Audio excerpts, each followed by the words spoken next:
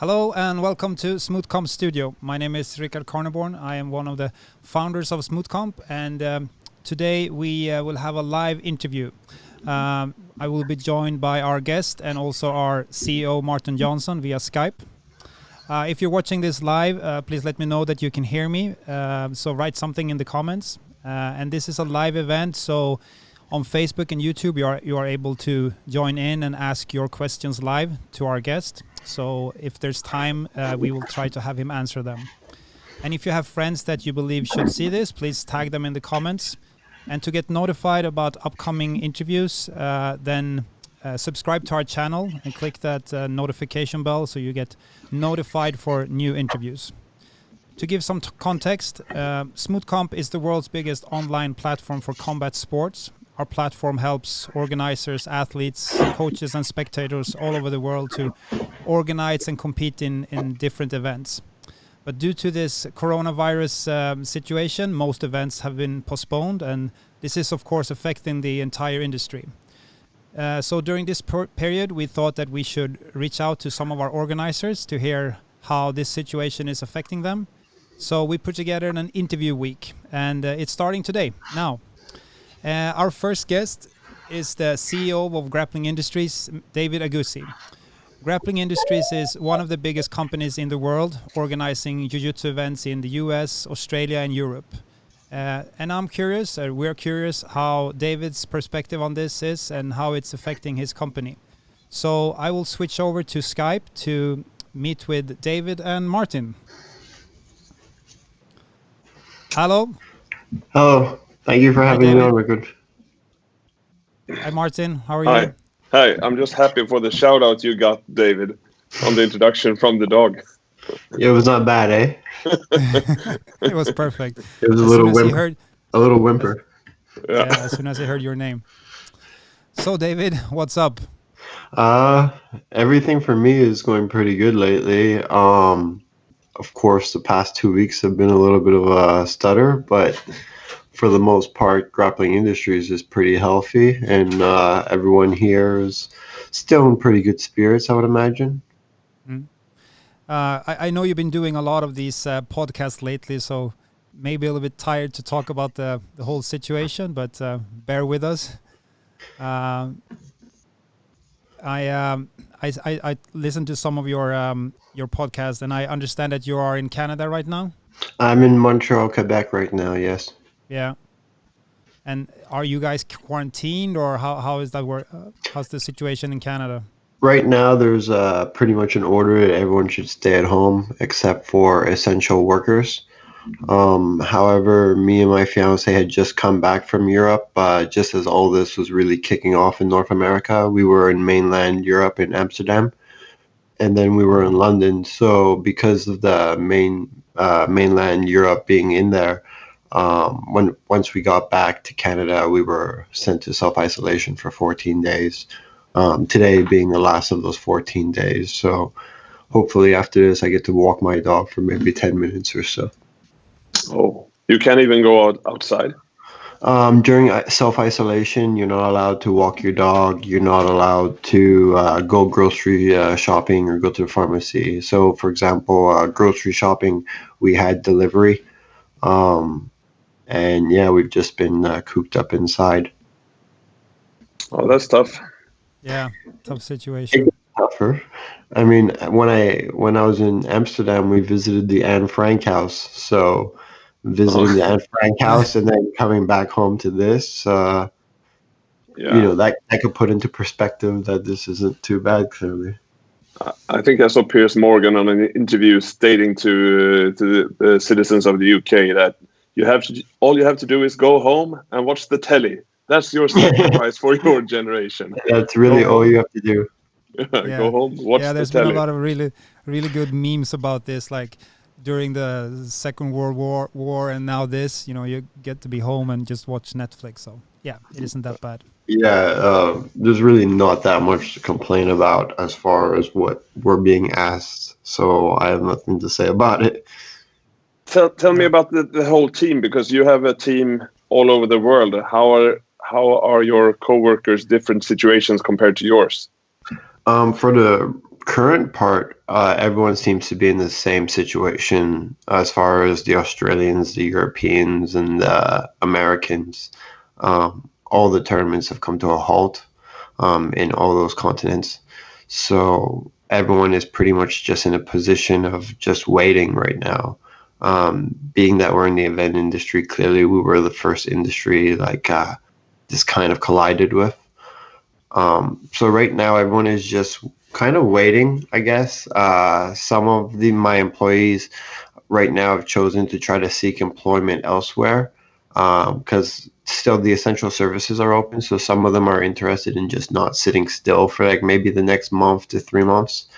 But for the most part, they're all kind of like beginning to already get bored. I would say, having discussed it with them like just yesterday again.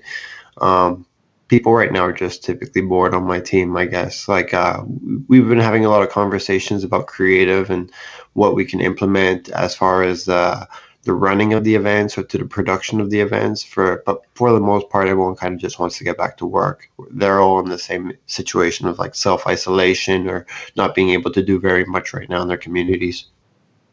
Yeah. Even in Australia, because I checked like the spread map and it looks like Australia was hit or not hit as early or as bad so far. They have the same restrictions? Yeah, Australia has started implementing a lot of restrictions. I guess you're going to start to see that a lot with the first world, where the moment they even get like 500 to 1,000 cases, they start going on to some type of lockdown. Australia, for instance, I would say mid last week or maybe a week and a half ago, started setting up the gathering bans. So it was originally the number was 500, then it was 100, then it was 50, then it was 10. So yeah, Australia, all the gyms are closed. Everybody's canceled their tournaments in Australia. I canceled my last tournament I canceled in Australia was the Brisbane tournament. We had it on the 22nd. We canceled it on the 17th. It just didn't seem feasible at that point to have that tournament. But for the most part, yeah, every single employee of mine, wherever they live, they are under some type of restriction right now. All right. So we have a partnership since you are using Smoothcomp since how many years is it now? I would believe this would be the 3rd year or 4th year. Yeah. Time flies. Yeah, time flies. Yeah, really fast. So I'm curious. Could you describe like a normal day for you when you're non-corona situation? Like how is a typical day for David Aguzzi running Grappling Industries? For me personally, I wake up and I typically just lounge around for a little bit, maybe like just have coffee, wake up clearly, and then I start getting to work. Typical day for me right now is about 7 to 8 hours. It starts with about accounting. I like to go over our accounts, go over what was the activity from yesterday. Once that's done, I typically go into some advertising, checking how our ad campaigns are running, seeing our audiences, seeing the cost per clicks that we've been we took on the week before, the day before, just making sure everything is running. We do some data work. Then we do some more basic level accounting, advertising. So every day for me is personally mostly just accounting, bookkeeping, and very different levels of advertising. Typically on a normal day, there would be some launching to occur, like launching new events, launching their email campaigns, launching their ad campaigns, just setting up everything, getting it ready to be sent out to everybody. Like that, clearly that part has died off in the last couple of weeks.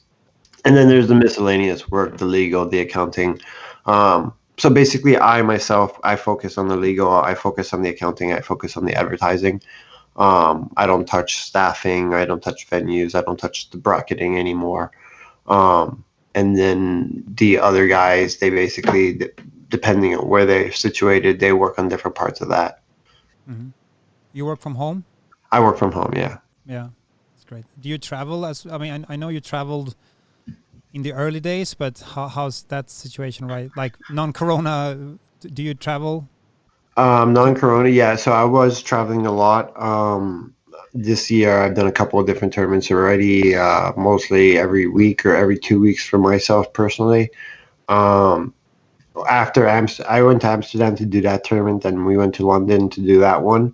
I was supposed to come home and then go to Virginia Beach and then follow it up this past weekend with going to Tampa to run that tournament. Pretty good sized tournaments. But coronavirus clearly cut that off. Before it had gotten this busy, I would say I was working every single weekend, traveling every weekend to every tournament. Since the team has increased in size, I would say I'm going to about every second or third weekend. But recently, I was planning to get out there for every single weekend for the next couple of months, but clearly my plans got cut. Yeah. How do you make those organizations when you come out to different cities at so many times? I'm not sure. What's your record in amount of tournaments in the same weekend? Like 4? I think earlier this year we've already had a couple of fives. Fives. Yeah, fives. 5 is the number of productions we have under our control. We were going to maybe attempt a 6th on January 18th weekend, but we decided against it. But 5 is the number of productions we have. We have 3 in North America and basically the States. We have 1 in Australia and we have 1 in Europe. As far as having the productions, we try to run them all the time so that they appreciate with every weekend that we run them. The 3 American... I have seen or been in contact with about 5 of you guys. So for me, it's confusing how you can create so many events even at the same time. Do you build up by temporary staffing all the events all the time, or is it more people that we haven't met that travel around? So as far as each event, like the main coordinator, typically it would be the director of the country. Would be directing or coordinating the event there. So Benjamin Hodgkinson in Australia would run Australia. Leo Cordon would run the European events, except Leo right now is like skibunking around the world. He's on like a 6-month road trip. Weird time to be on a road trip right now, but that's what he was doing with his lady. In the States, it's Marcos Flores goes to one of them. Typically, I go to another one. And the third of them is run by a gentleman named Anthony Hewitt. Anthony Hewitt is someone who's like a rock star at Grappling Industries. He's the youngest guy on the entire team, and we basically trust him with running events, and he's quite good at it, to be honest. So that's basically the 5 people that run the tournaments, but everyone else, we're kind of like in the meanwhile still training them how to run a tournament by themselves. It's just not ample to have them by themselves as of yet. But for instance, on the East Coast in the United States, the shows that I particularly attend most often, we have someone named Danny Winsit, who's getting much better at running tournaments by himself. We have him typically running the events that have like about 150 type of competitors compared to the ones that clearly have like 500-600. He's not running those yet. But as long as everyone is targeted towards their production, then we can run those productions. Where it gets confusing, of course, more confusing is having all the venues lined up or having all the individual staffs lined up, like the referees and table workers or scorekeepers. Yeah, I can see that. If you're watching this and you don't know anything about Grappling Industries, probably hard if you're doing jiu-jitsu, but if you're into other martial arts, then they are a big company running events on a regular basis. My question to you, David, is we of course come in contact with a lot of different organizers in different sports like judo, karate, taekwondo, and everything. Why do you think, because the thing that you're doing, running events like this, like regularly on a different parts of the world and pretty much every weekend, it's not that common in other combat sports. How do you reckon? Why is it like that? Why isn't the same thing in judo or wrestling or karate like it is in jiu-jitsu? So we actually thought about that one time, maybe 4 years ago. We were wondering why other martial arts weren't doing something similar, why they weren't running tournaments every single weekend under a brand name in a different city that they could just travel with a production. So at first we thought maybe we should just do it ourselves. So we had started lining it up. We registered a domain, we registered a name. It was going to be called Grappling Industries. It was going to be a Taekwondo tournament that travels every single weekend. This would be pretty easy considering that we have the mats, we have all the electronics, we have the barricades, we have the whole layout to run a Taekwondo tournament or a karate tournament the same weekend as a grappling tournament.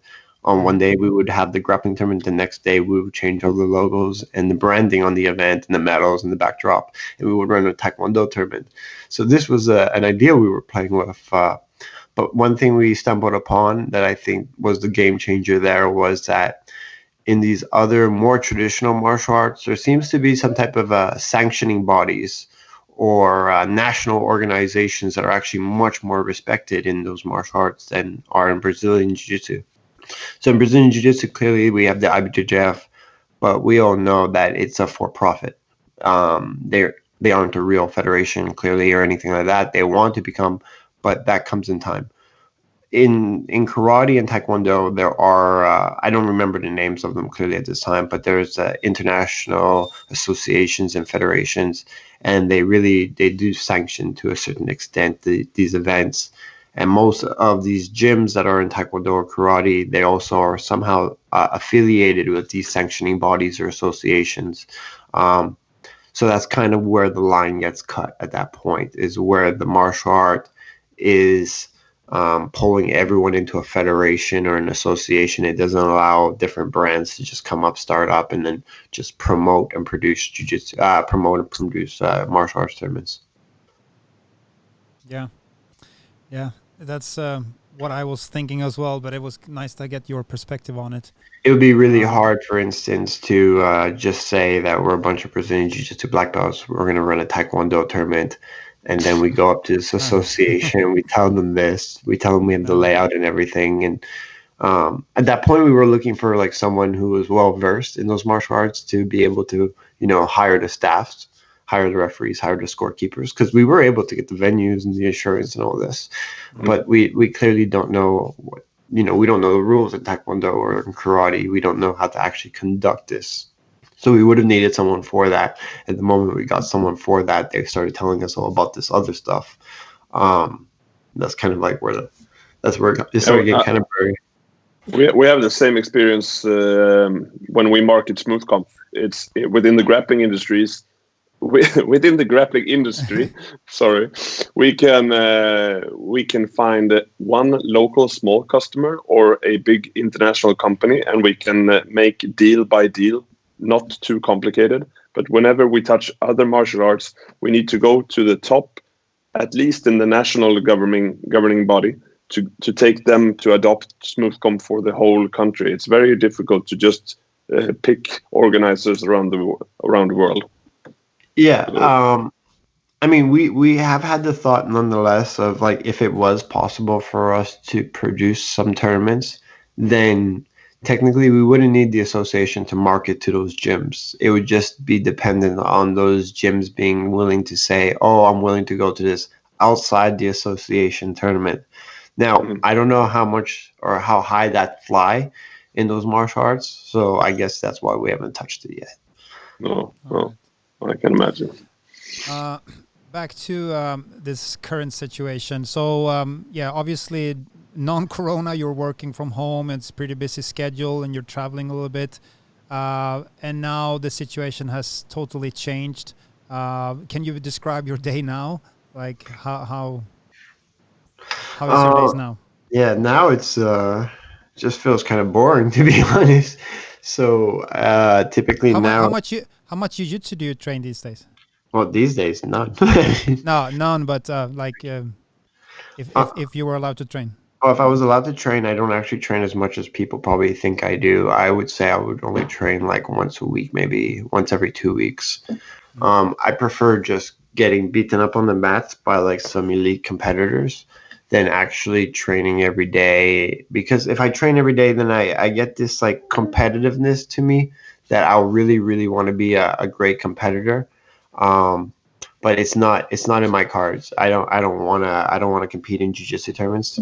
I just want to keep kind of updated with like the top competitors and how they're playing around or what techniques they're doing.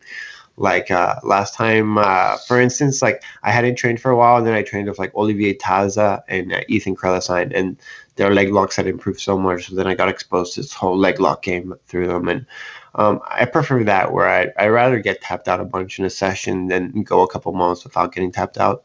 Also, I have a lot of other hobbies that I've started to play with, so jiu-jitsu has to take a back step to those as well. But yeah, I would say I only train about once or twice every couple of weeks now. It's not an everyday thing. Like at the end of the day, I got to rush off to a jiu-jitsu. It used to be that way. I used to train twice a day, 3 times a day when I was younger, but it's just not. It's not my everyday type of thing now. All right. We got a question from Omer Gadot. He says, how do you think the future tournaments will look like? Does sports tournaments will remain the same? I think virtually everything will remain the same as long as coronavirus gets beaten or the gathering bans get lifted, to be honest. I think what's going to take a while is for everyone to rush back to the gyms. I think once the gyms open up, then people will go to the gyms, except for the small minority that became germaphobes in the meanwhile. But something I've discussed a lot with my fiance is that usually after a recession or after a crisis or a tragedy, people seem to rush off quite frequently to entertainment afterwards right away. If you look at like in North America, like 9/11, 2008, or March, April 2018, afterwards, everyone rushed off to go to Vegas, or everyone rushed off to go see shows or sports. Or I think in this situation, a lot of people, because we've been cooped up at home, even though it's a pandemic, a lot of people will be quite eager to get back to jiu-jitsu right away. You've already seen the memes online. People very when can we go back to jiu-jitsu? I miss jiu-jitsu, all this type of stuff.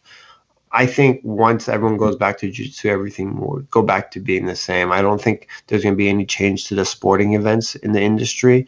I mean, some changes, because a lot of us, we have nothing to do right now, so we're trying to make improvements to our brands. But for the most part, I don't see very much changing from the actual front of the events. All right. There you have it, Omer. When you this situation arise, do you see it only as a threat to the business and to the potential market expansion, or do you see an opportunity here as well? I've kind of had the feeling that I've known this was going to happen in our community for a little while with the pandemic. My fiance has been talking about it since early January and the consequences to like North America. So I've been pretty lucky on that front to have someone who's quite educated on the subject really telling me about it as we got closer and closer to actually seeing it implemented into our societies, where it kind of shut everything down here. What exactly was your question again? Sorry. Yeah, like if this is only misery, or do you see some hope? Do you see some on the other side of the pandemic? So, I think there's misery at first for everyone, because at first everyone thinks, oh, here it is, like we have nothing to do right now. We're not allowed to have our events. But for the most part, it just kind of gives you a chance to do the spring break cleaning of your company that you haven't gotten the chance to do it. For instance, if we're running 3, 4, 5 events every weekend, then every time we wanted to implement an idea, then it was hard because we were consistently running events. Whereas now it gives us a chance to just look at everything that we've been waiting to do, get that off the list as far as legal, accounting, setup, or back-end stuff. We can get that out of the way now. Usually recession gives opportunities to people who are at the top. I don't know if this is that type of one, to be honest. I think that we're going to be going back to our growth strategy the moment that we're allowed. I do, however, think that like the gyms have to reopen before the tournaments reopen. If for example, if everyone can gather again starting next Monday, then I don't think that the following weekend, 2 weekends from now, we're going to have big tournaments yet. People clearly need to go to the gym. They need to train. They need to get over some of the fears they might have created during now. But I don't think the tournament industry is going to take a massive hit at first. I think if it was to take a big hit at first, it would be based on like people have maybe less income, students and such that might have been laid off during this period, or not have gotten a chance to work as much as the other people, like the essential workers. But for the most part, like Yeah. I, Yeah. I don't see this creating a massive misery unless this gathering ban and quarantines last 6 months, for instance. In my mind, so far, I do imagine they're going to take 3 months, maybe even 4. So I have started planning for the worst compared to expecting to be back out in civilization running events in 2 to 3 weeks. But it just really, I know Grappling Industries is really healthy, so I know we're in a good situation that when we come back, we can get back to normal, and then continue to expand to new countries or new places, as well as build our product. But I can't comment on other brands and what they're doing in the meanwhile. It's a little easier for Grappling Industries because we have so many tournaments that we do have capabilities of creating big cash flow. We have a capability of investment still.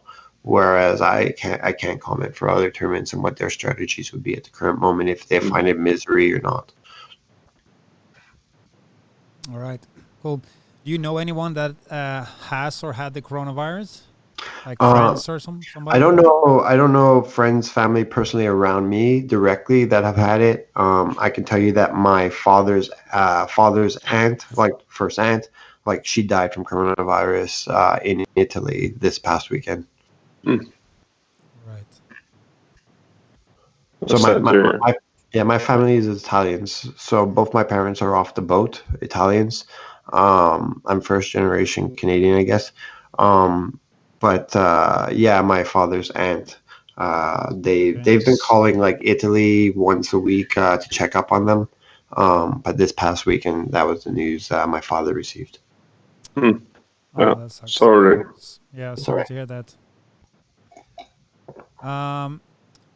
You've been canceling events. How was that process? Like at the beginning, we saw this coming, and people didn't know, how will this affect us, and how should we react to this? And some events still ran, and you had to cancel them. How was that process for you when you understood that you had to cancel, either by the government telling you, or just you couldn't do it? So I kind of knew we were going to get there eventually, but I wasn't aware of which weekend it was going to be.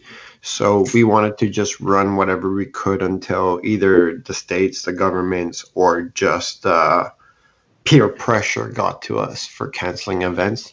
Because right now there's also a lot of peer pressure in the jiu-jitsu community to close down, to not have events, to clearly cancel whatever you have going on, to just, stay home. At first, it was mainly, I would say 2 weeks ago, 3 weeks ago. But for me, it started prior to a lot of other jiu-jitsu tournaments. It started with our Arnold's event. We have this event every year attended by Arnold Schwarzenegger at the Arnold Sports Festival that takes place in Columbus, Ohio, in northern USA. It's the type of event that has this massive trade expo, one of the biggest fitness trade expos in the United States or even in the world. 200,000 people travel through it. 80 countries are represented. And we had, at that point, we had about 1,000 competitors registered with about 2 days left in registration. Our goal was to reach about 1,250 competitors to about 1,300 competitors, somewhere around there. But the day prior to registration closing, the governor of Ohio came out and he kind of suspended and stopped the trade show at the expos.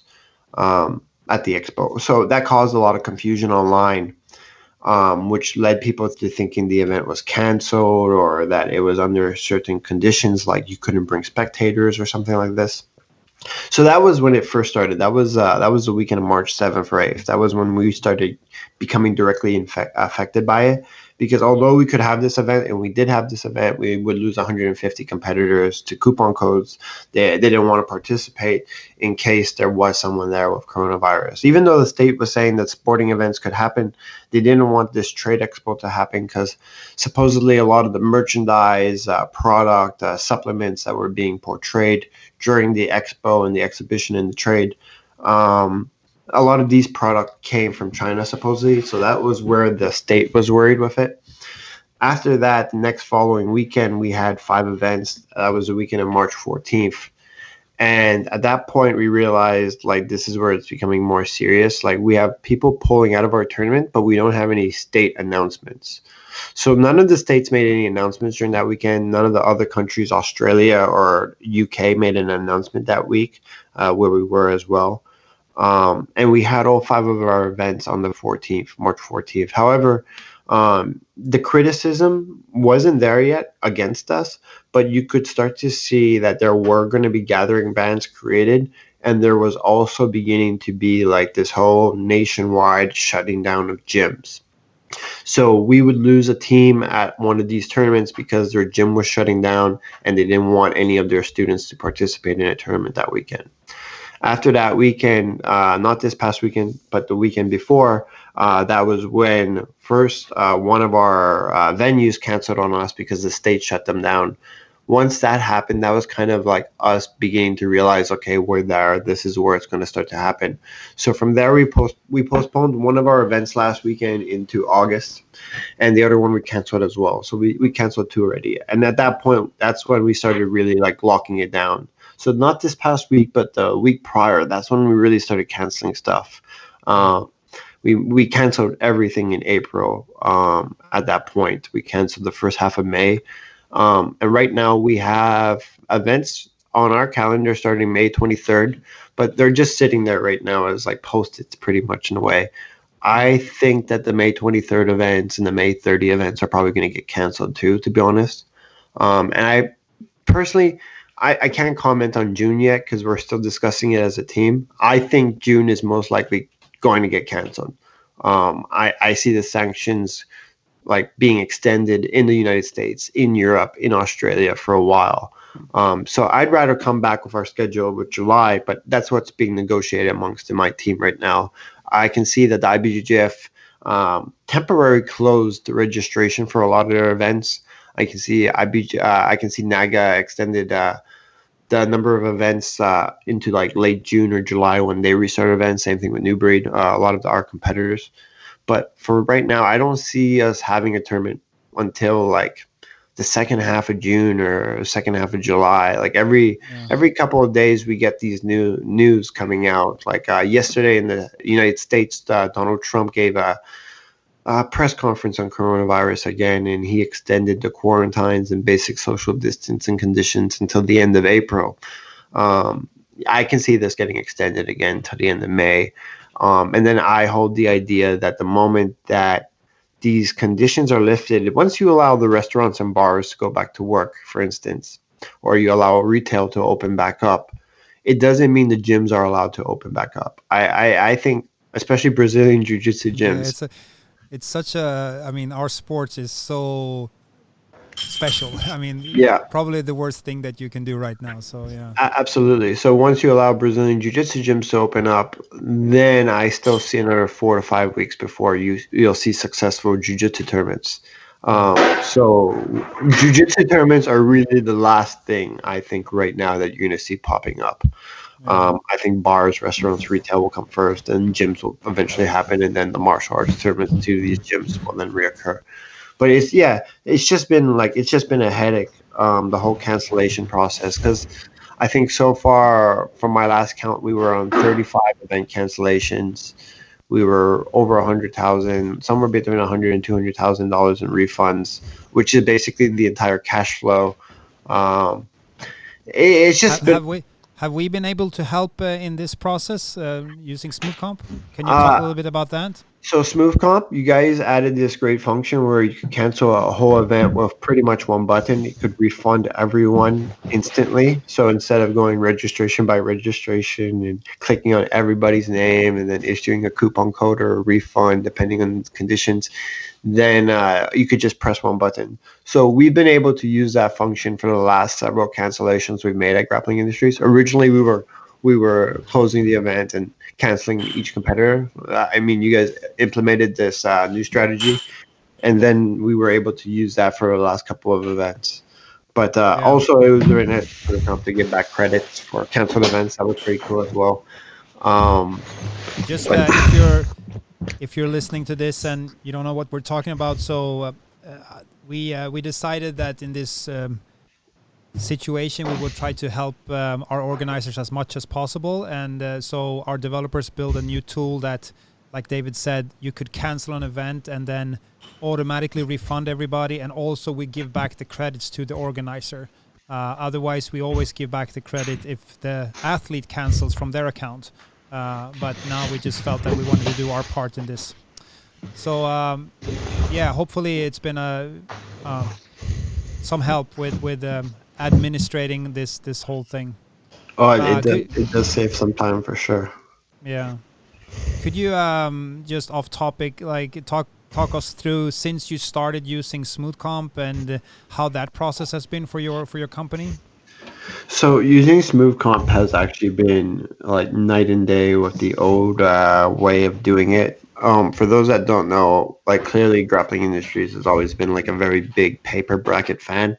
So originally we would make the brackets ourselves actually, and then we would print them out and then we would publish them or whatever we could. Then we started working with a brand after that, because at Grappling Industries we believe doing everything ourselves first, so we understand what's happening. We don't want to delegate anything out and not have some type of experience doing it ourselves.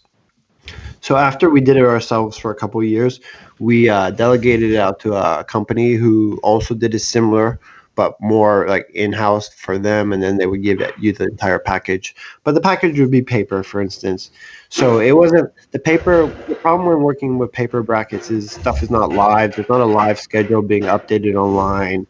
There isn't. Each competitor doesn't have their own manual or like timeline telling you when you have to be there, and it being live fed as well. Prior to using Smoothcomp, we weren't publishing results. That was something that we weren't fondly doing that much. Um, and even then, like making changes, allowing the competitor to log in and make their own changes. There was a lot of perks from the outside that happened when we switched over to Smoothcomp. And then just in the presentation of the tournament, then as well. I mean, the entire presentation has been cleaned up as well. It's easier for the scorekeepers. It's easier for the announcers at the event. It's easier for us using the current matches to call out matches throughout the day instead of running around. And yeah, I do also feel like competitors using Smoothcomp and becoming more aware of how to use Smoothcomp, it has allowed us to run the tournament even smoother as well, because now competitors know which mat they have to be at. They for some reason it makes competitors feel more hands-on. They like to take a look at it more than they for some reason they were doing with paper brackets before. So there's a lot of perks to this. Do you still use like a microphone in your venues, or have you stopped doing that? Because No, that's we one still thing that we. Oh, we sorry. still use microphones at our events. If anything, we've added more microphones. Um, Like calling out fighters. yeah, we still call out fighters. Okay. I think that like clearly at one point like 500-600 fighters in the room, like they kind of still need it for some reason, especially the parents in the venue who are just used to bringing their kids to jiu-jitsu and might not know how it's worked or how it Mhm. works. But we still do that as well. I think that by midday, once the entire thing is just fluidly running itself, that's where you see less microphone use, especially from us now. Mm. At the beginning of the day, there's still a lot of microphone use from us, just to get the whole ball rolling. Um, like for instance, 2 weeks ago in London, we ran 16 mats at that tournament. It's hard to run 16 mats just straight up saying, "Hey, everyone, be at the mat that you're supposed to be on," or just educating that crowd, that size of crowd prior to the tournament, that this is where they're fighting, be there at a certain time. For Mm. some reason, we have some trouble with that. But just Because that once was we as we also run events, that's like the main thing that I think improved my events is that we still have the microphone like you said, but it's just for like last call emergency calls. We otherwise I think here in Sweden at least we have learned our fighters to kind of look at the screens, look at their smartphone and be on time, but yeah. But Yeah, basically, I think Sweden might be a little bit ahead in that way that all I would say all tournaments use Smoothcomp for some years back now. So everyone that competes that has been at any event before, they already know how it works when they show up. And I think we're slowly getting there. I think if you've like competed in the Smoothcomp platform a couple of times now, you clearly know how it works. And then you see those people online telling other people about how it works, and it passes on. And this way you have a bigger and bigger educated crowd. However, for us, it's just redundancy at this point. Like, we really like the microphones. We like starting up our tournament prior to start time. But like I was saying before, like by afternoon, by noon or 1 p.m., typically we're on the microphone less because everything seems to be running itself at that point. Cool. So obviously you're focusing on doing other stuff in this period. Is there anything that you like want us to focus on? Is there anything that you think that something that you're missing in the platform? I can't promise anything here, but I don't think so, to be honest. I don't have anything at the top of my mind that we're needing from Smoothcomp, to be honest. I feel like already what you've given us is a lot. At the top of my mind, I can't think of anything, to be honest. I think Randall would have been better to answer that question, since Randall's the one who's really playing with the brackets the majority of the time. Yeah. But from setting up to the events, I mean, because I'm the one launching the events, I mean that's been pretty straightforward, pretty simple, very easy. We are actually launching a new feature coming. I mean, maybe already out, just like about now. Preventing sandbagging. Did you have issues with sandbagging at events? We have started to have some issues with sandbagging in our no-gi brackets.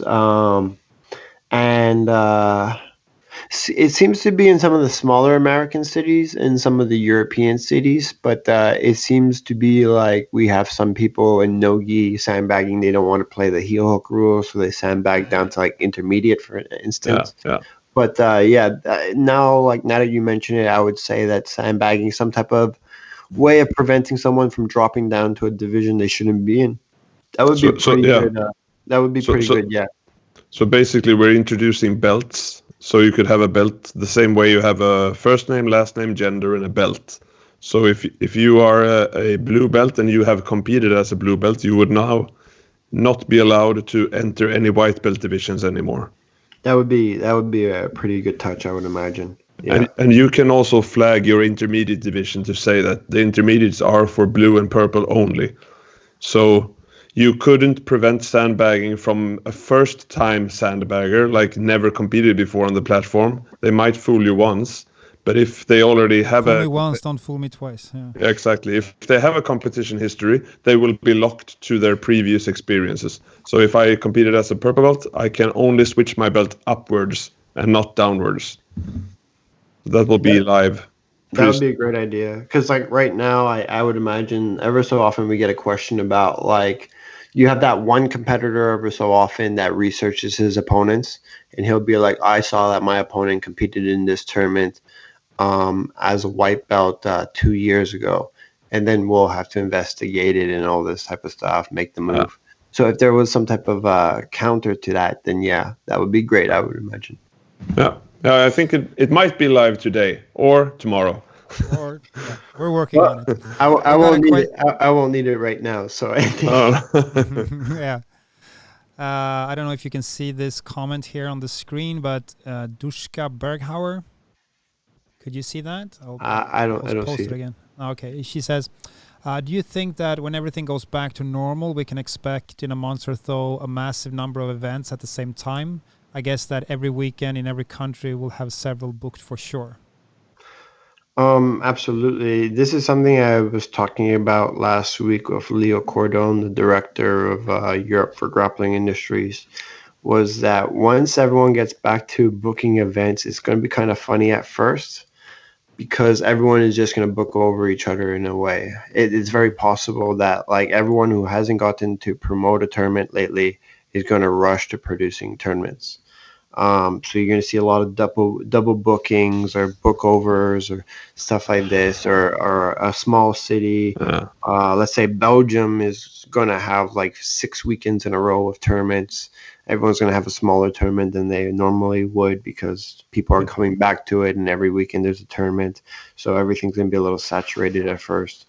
But yeah, there's going to be, I mean, you have to think that we're not the only promoters. Clearly, there's a lot of other promoters out there, people who just do a couple a year for fun as well. I mean, everyone's going to look for a date off the bat so that they can start at least planning around their event. Yeah, I imagine this fall will be swamped with low number events. Yeah. Like Low number events. on a global scale. But that was what I meant as well by saying that, like, I kind of feel like I need all the gyms to go back to business, and then all the students to go back to those gyms, and then I need 4 to 5 weeks more before we can start pulling off our big events again in our normal cities. Because, like, if the gyms, like, I mean, you're going to see a lot of people booking events right off the bat once the gathering bans are lifted. But if the gyms are not already back to business, and people are not, like, if the gyms don't have big classes yet or anything like that, and everyone hasn't gone back yet to training, then it's just, then what's the point of booking tournaments right now? I think All right, you're gentlemen, we've been talking for 45 minutes. If you're watching this and you have more questions to David, please write them in the comments, and we will try to answer them. Do you have any advice, David, now for people or other businesses? I mean, you are of course doing jiu-jitsu event, but you're also an entrepreneur and a businessman. So, do you have any advice for people, just business-wise in this situation? Sure. Right now, like, a lot of different governments around the world, like, are coming out with a lot of different assistance programs and stimulus programs, for small businesses, medium businesses, employees.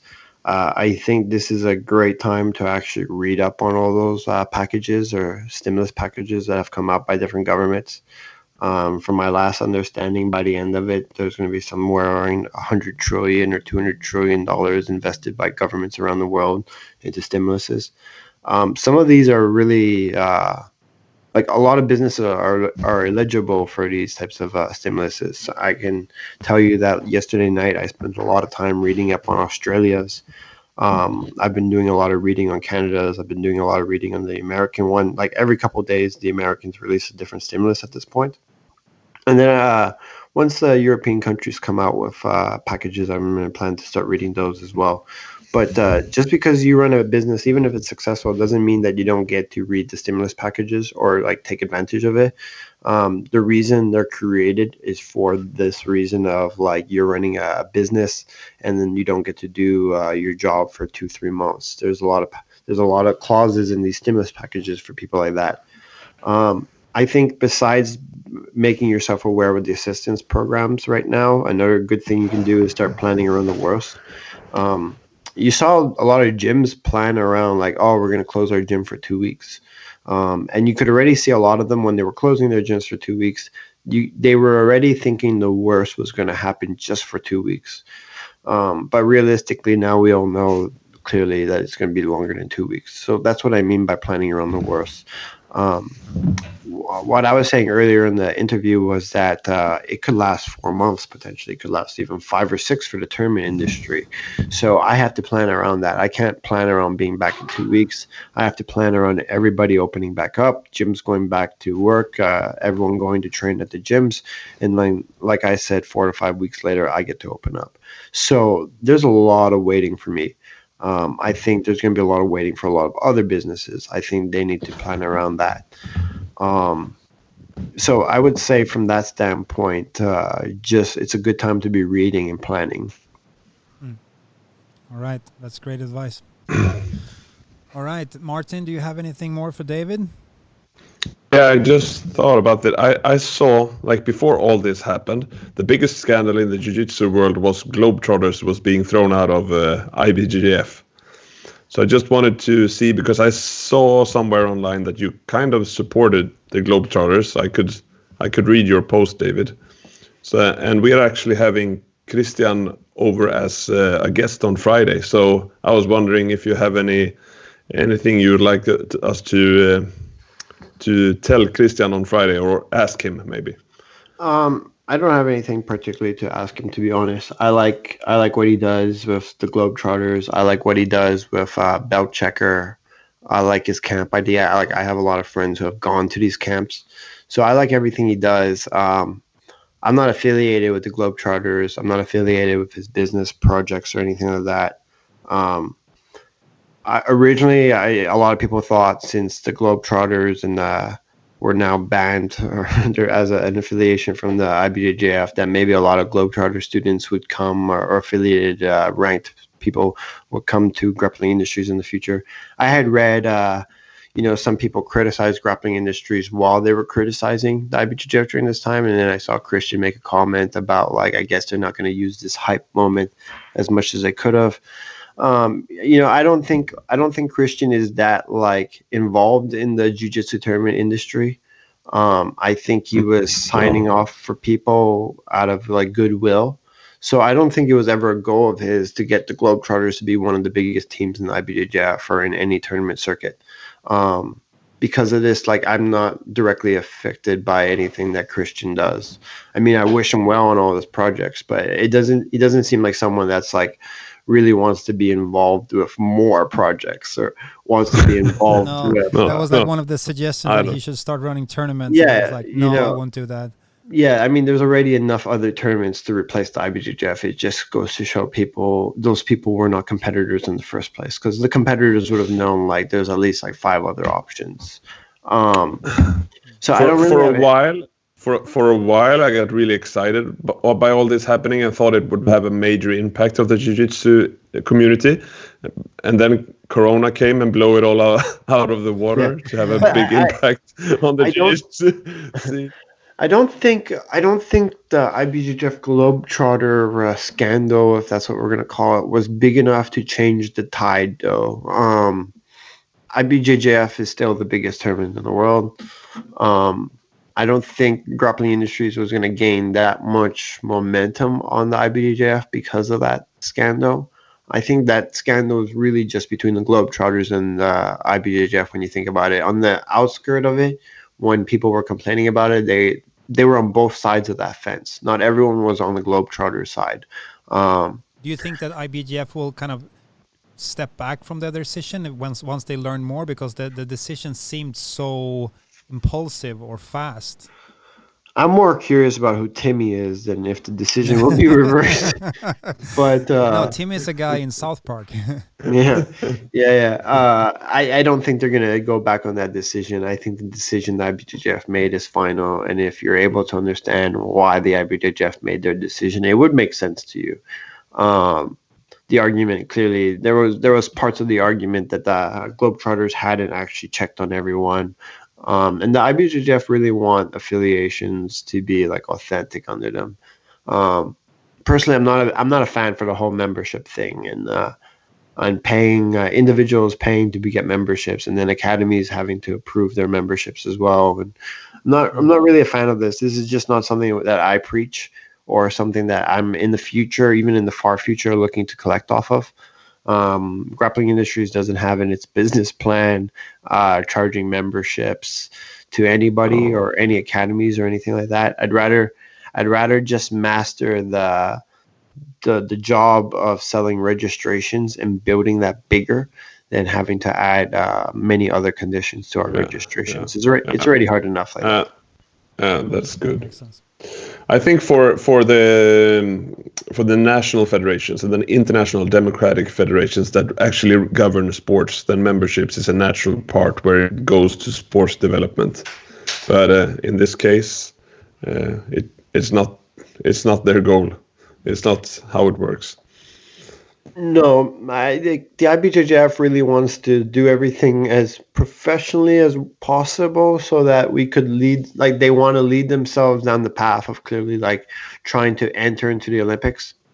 It's just that at the end, it always comes up to the same problem in my head of the IBJJF trying to get into the Olympics, is that jiu-jitsu becoming an Olympic sport is just going to create, and this is, I don't want to be seen as biased for this, but if you have like 9 weight divisions for Brazilian jiu-jitsu, or even let's say 7 weight divisions for Brazilian jiu-jitsu in the Olympics, then what you're basically doing is giving a lot of medals to Brazil. Yeah, we could imagine that there will be maybe a few Europeans or a few maybe North Americans that will take a medal here and there as well in Brazilian Jiu-Jitsu.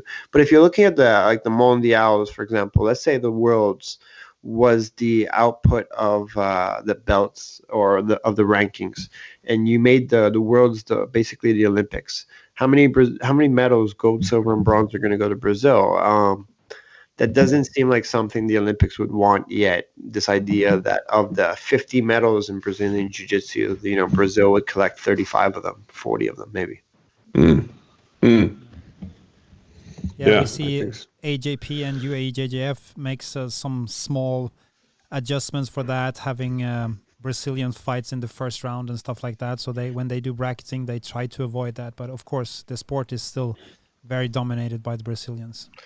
Yeah, I think we're still like very far away from like it being ever considered an Olympic sport. As well as like you said, UAE is like trying to come up with ways to do that as well. But still, it's hard to say, to be honest. Yeah. All right. Thank you very much for taking the time to talk with us. Have a nice day in your quarantine. Thank you. Yeah, last day. Yeah. I'm gonna walk the dog in an hour. Yeah, all right. That's like the highlight of the day. I saw a post of a guy wearing like a fake dog this morning on Facebook. Like that was his solution to the problem. All right, David. Have a good day, and thank you a lot for talking to us. Thank you for having me on, guys. I appreciate it. All right. Thanks a lot. Bye-bye. Bye.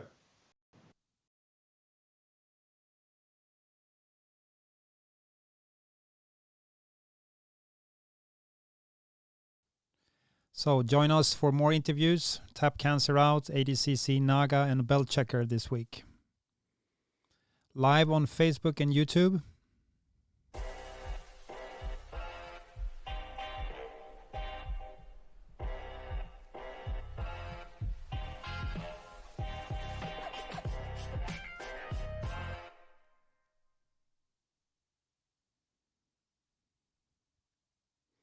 All right. Thank you very much if you've been listening. Thank you, David Aguzzi from Grappling Industries, for the interview. This will be stored on YouTube and on Facebook, and we'll also try to post this as an audio podcast on SoundCloud and other podcast services. Join us tomorrow. Then we will be talking to another organizer about the coronavirus situation and how it's affected their company. So join us tomorrow again. Watch us live on YouTube or Facebook. All right. Thanks for watching. Bye-bye.